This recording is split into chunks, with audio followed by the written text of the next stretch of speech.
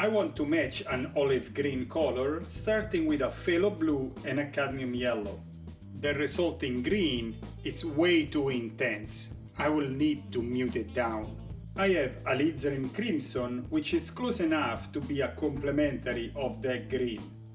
As you can see in this additive color wheel showing the pure colors of the spectrum, the complementary of green is magenta, of red is cyan, and of blue is yellow, the RGB CMY color theory. Okay, back to earth mixing are not so pure pigments.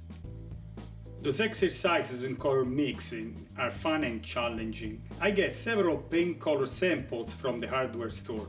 I place a glass on top to preserve the color swatch, and I enjoy chasing that color.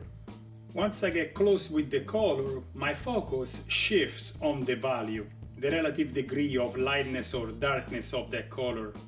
I try to get as close as possible in value, and then I go back and check the hue and intensity. The glass thickness will interfere somewhat with perfectly matching that color. When I get pretty close, I get rid of the glass and test the color right on the sample.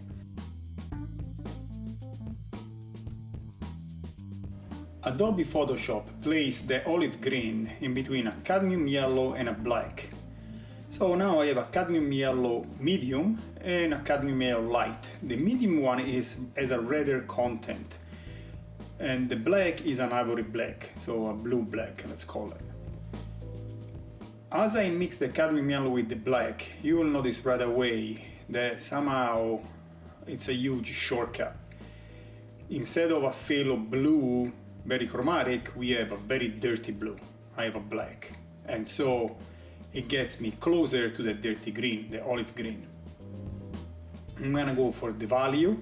I'm gonna try to see how close I can get. And you see how much quicker the right choice of color gave me the right green. Then I can do some fine tuning and match the value and the hue. Now it needs to be noted that the cadmium yellow medium worked for this purpose, but my cadmium yellow light did not have enough red.